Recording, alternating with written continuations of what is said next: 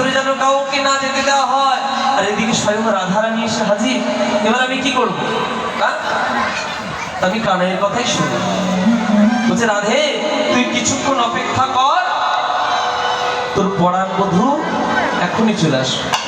বলছে না, আমি এখনই যাব। আর যেই রাধারানী জোর করে প্রবেশ করতে গেছে, শ্রীরামের ধাক্কায় রাধারানী ধুলায় পড়ে গেছে।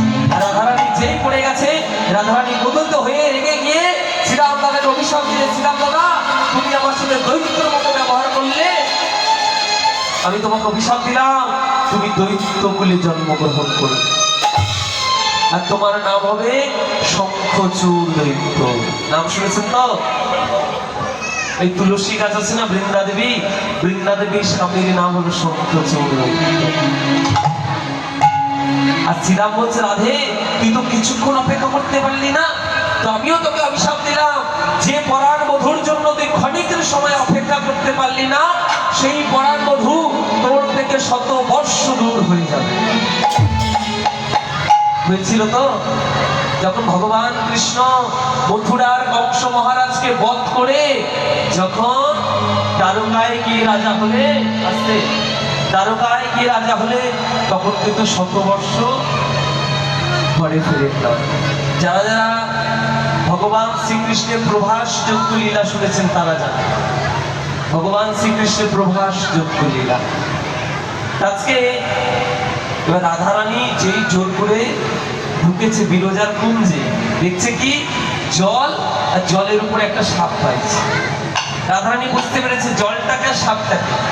তখন রাধারানী ময়ূরের রূপ ধারণ করলেন। ময়ূরের রূপ ধারণ করে ওই সাপের লেজে একটা ঠোকর দিলেন, সাপের কোমরে একটা ঠোকর দিলেন, সাপের ধারে একটা ঠোকর দিলেন। আর সাপের যেই মস্তকে ঠোকর দিতে যাবে, ওই সর্প থেকে ভগবান কৃষ্ণ নিজের রূপ ধারণ করে রাধারানীর চরণে গিয়ে, একবার তুমি আমাকে নিজেও বলে ক্ষমা করো। রাধারানী বলছে, প্রভু আজকে তোমার জন্য আমাকে অভিশাপ পেত, আমি 100 বর্ষ দূর হয়ে যাবো। শ্রীরাম দাদাকে অভিশাপ দিলাম যেন দৈত্য কুলে জন্মগ্রহণ করে, তো আমিও তোমাকে অভিশাপ দিলাম, এই যে 3টে জায়গায় ঠোকর দিলাম, এই 3টে জায়গার কোনোদিনও সোজা হবে না। তাই ভগবান কৃষ্ণের আর এক নাম ত্রিভঙ্গ মুড়া। আর ওই যে জলটা হয়েছিল, ওই জলটা হয়েছিল বৃন্দাবনের যমুনা বিরজা সখী। আজকে সেই বিরজা সখী মানে সেই যমুনার তীরে আজকে রাধারানী জল আনতে গিয়েছে। একা কুম্ভ কাঁধে করি যমুনায় নিতে পারি, জলের ভিতরে